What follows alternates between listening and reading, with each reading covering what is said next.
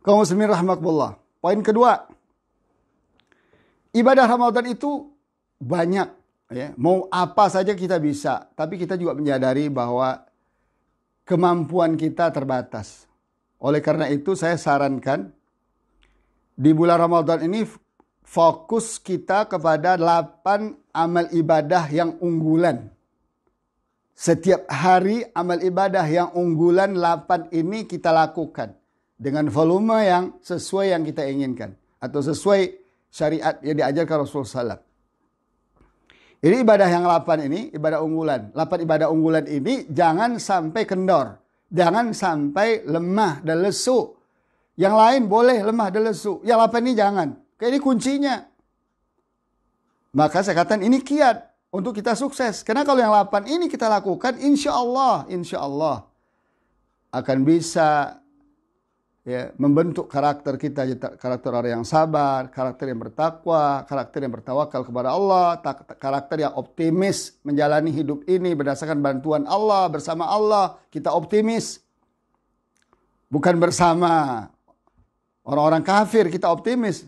Orang kafir hanya menyuruh kita ke neraka, iblis, setan menyuruh kita ke neraka. Kita optimis bersama Allah. Kesulitan-kesulitan yang kita hadapi ini akan Allah bukakan insya Allah. Kalau 8 amal ibadah ini kita lakukan dalam Ramadan ini. Pertama, lakukan saum secara maksimal dan sempurna. Bagaimana saum maksimal sempurna? Seperti Rasulullah katakan, man shama ramadhana imanan wahtisaban ghufira lahu ma taqaddama min dhanbi. Siapa yang berpuasa Ramadan dalam keadaan iman dan ihtisab. Iman artinya benar-benar sebuah keyakinan datang dari dalam hati kita. Ini adalah perintah Allah, ini adalah syariat Allah. Ini adalah contoh dari Rasulullah, ini anjuran Rasulullah. Kita sanjung setinggi-tingginya perintah Allah ini, syariat Allah ini. Kita hormati setinggi-tingginya. Dan kita yakini dengan seyakin-yakinnya dan tidak ada ragu sedikit pun bahwa ini adalah tugas kita, kewajiban kita dalam hidup ini. Ya ayyuhalladzina amanu kutiba alaikumusshiyam kama kutiba alal ladzina min qablikum la'allakum tattaqun. Seruan kepada setiap mukmin dan mukminah dari umat kita, dari saudara-saudara kita untuk melakukan siam ini secara maksimal berdasarkan iman dan ihtisab. Ihtisab artinya kita serahkan sepenuhnya penilaiannya kepada Allah Subhanahu wa taala. Bonusnya jelas. Allah akan ampunkan dosa kita setahun yang lalu. Subhanallah. Siapa yang tidak pernah berdosa dalam setahun ini? Pasti kita banyak dosa. Salah satu cara untuk diampunkan dosa setahun, lakukan saum Ramadan secara maksimal dan sempurna.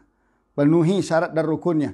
Ikuti cara-cara saum Rasul SAW, termasuk cara berbukanya, cara sahurnya. Rasul adalah memperlambat sahur. Artinya mendekat sekali kepada waktu subuh. Bahkan kalau bisa pas selesai waktu subuh masuk. Begitu juga mempercepat berbuka. Artinya apa? Pas waktu masuk kita langsung berbuka. Jangan ditunggu-tunggu. Begitu juga buka dengan kurma, sunnah Rasulullah. Kita coba, kita upayakan. Semaksimal kita bisa lakukan.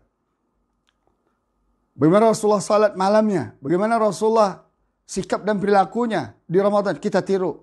Semoga dengan demikian bisa maksimal dan sempurna. Yang kedua, salat fardu lakukan berjamaah di rumah. Kalau tidak bisa ke masjid, di awal waktu. Di awal waktu. Ajak anak istri kita. Semua yang ada di rumah kita. Pembantu, segala macam. Siapapun yang ada di rumah kita. Ayo, dibuat jadwal waktu. Salat diutamakan. Salat fardu berjamaah di rumah. Di awal waktu. Seperti Rasulullah SAW katakan. Afdalus salati fi awalil waktu. Salat yang paling utama, paling afdal ada di awal waktu. Jangan nunggu-nunggu. Karena memang waktu zuhur masih panjang. Kita tunggu jam 1, jam 2 baru salat zuhur. Itu tidak mencerminkan ya, kita sedang berada dalam bulan penuh berkah. Yang konsepnya hanya satu di sini. Fastabiqul khairat. Berlomba kepada kebaikan. Wasari'u ila maghfiratin min rabbikum. Bersegera, bergegas menjemput ya, ampunan dan surga Allah Subhanahu wa taala. Yang ketiga, tingkatkan interaksi kita dengan Al-Quran. Upayakan maksimal. Bagi yang sudah lancar baca Al-Quran, upayakan 1 juz 1 hari jangan kurang. Bagi yang belum lancar baca Quran, upayakan ini bulan kesempatan kita untuk memperlancar baca Al-Quran. Karena nggak mungkin kita bisa baca Quran 1 juz kalau bacanya nggak lancar. Saya lihat saudara-saudara kita yang gagal tidak bisa baca Quran 1 juz sehari itu karena persoalan pertamanya adalah karena nggak lancar. Persoalan kedua adalah masalah semangat juga yang kurang. Azimah lemah. Makanya dari tahun kemarin baca Quran nggak bagus. 5 tahun kemarin nggak bagus. 4 tahun berikutnya nggak bagus. Belum bagus juga. 3 tahun berikutnya nggak bagus juga. Ya 2 tahun berikutnya juga nggak bagus juga. Berarti kan nggak ada azimah. Belajar baca Quran itu gampang, mudah. Kaum muslimin rahimakumullah, hurufnya cuma 28. Tanda baca cuma 8. Kalau kita baca 1 huruf sehari, berarti kita butuh 28 hari saja untuk belajar baca Quran itu. Sampai lancar. Kalau kita belajar 1 jam sehari, berarti cuma 28 jam kita perlu.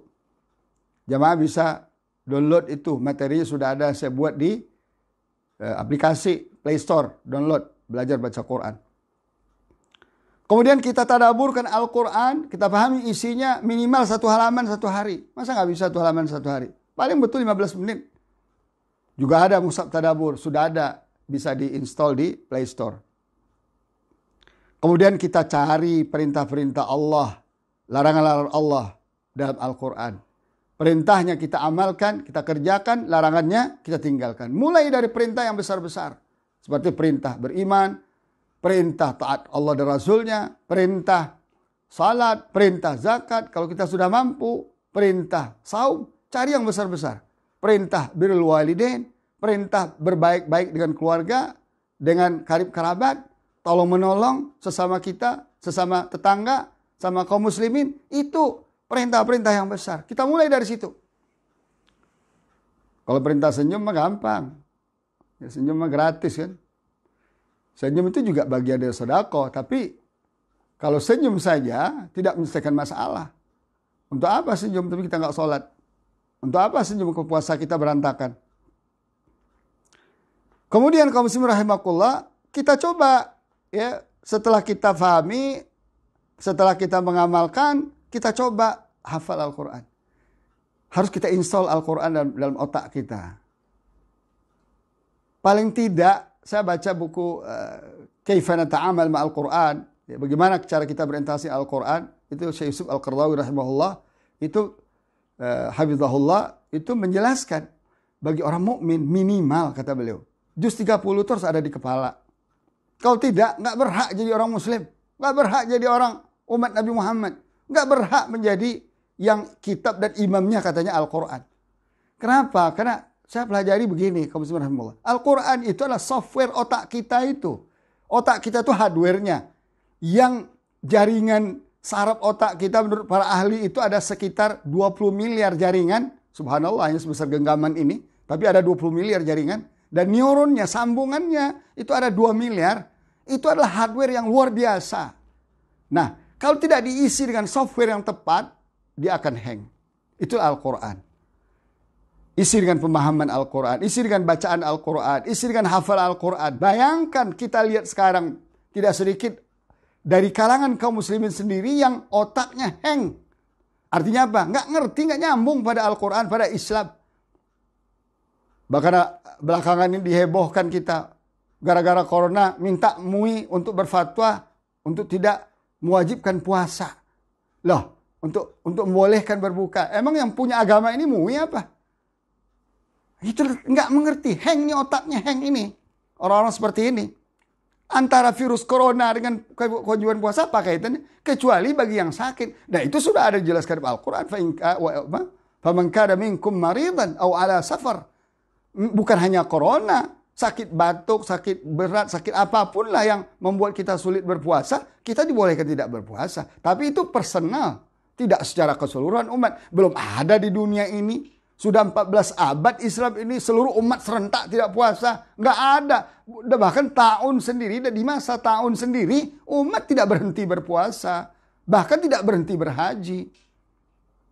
Nah ini ciri-ciri otak yang hang. Karena isinya bukan Al-Quran. Isinya kapitalisme, sosialisme, ya, materialisme. Beberapa virus-virus pemikir lain yang Rasulullah katakan ini syubhat. Ya, syubhat. Itu ada syubhat fit tafkir. Fil madahib al-fikriyah, syubhat. Ya, fitnah, al-syubuhat, al-fikriyah. Bukan hanya fitnatus syahwat, tapi fitnat syubhat. Nah, oleh karena itu urgensi kita menginstall Al-Quran itu agar otak kita tidak hang, sehingga kita bisa dibimbing oleh Al-Quran. Karena Al-Quran, inna hadzal Qur'ana yahdi lillati hiya aqwam. Quran itu menggiring, mengajak kalian, membimbing kalian untuk kepada jalan yang lebih lurus.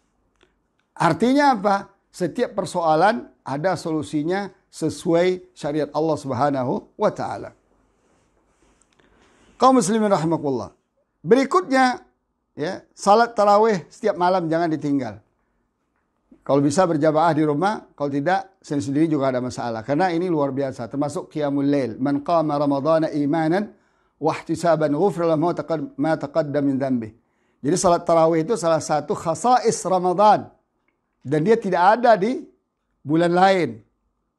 Ya, walaupun salat tarawih bagian juga dari salat malam. Jangan kita tinggalkan. Karena dia juga bisa menghapus dosa kita 1 tahun yang lalu. Kemudian kita dianjurkan Rasulullah SAW untuk berinfak setiap hari. Apapun yang kita bisa. Berapapun yang kita bisa. Iftarus shaim, mengasih makan fakir miskin. Kirim makan tetangga yang membutuhkan. Apalagi zaman sekarang, zaman corona ini, saudara kita yang membutuhkan itu berlipat ganda.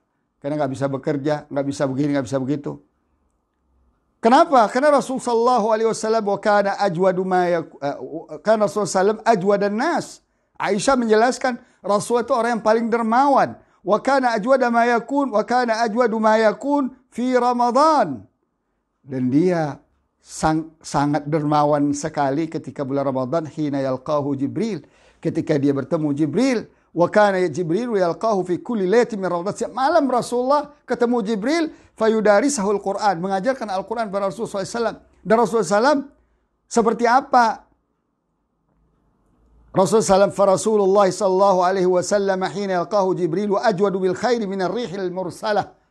Rasulullah SAW seperti kata Aisyah, ketika bertemu Jibril setiap malam bulan Ramadan, beliau lebih dermawan, lebih cepat memberikan hartanya kepada orang yang membutuhkan, ya, itu lebih cepat dari angin kencang. Artinya kita mencoba melatih diri kita dengan menginfakkan sebagian yang Allah berikan kepada kita agar di bulan Ramadan ini kita meraih kemuliaan yang luar biasa. Dan salah satu manfaat infak adalah menyembuhkan penyakit pelit dalam diri kita. Orang kalau sudah sembuh dari penyakit pelit, dia akan sukses. Bagaimana Allah katakan, "Wa man yuqa syuhha nafsihi fa ulaika humul muflihun." Orang yang telah disembuhkan dari penyakit pelit, insya Allah dia juga akan sukses.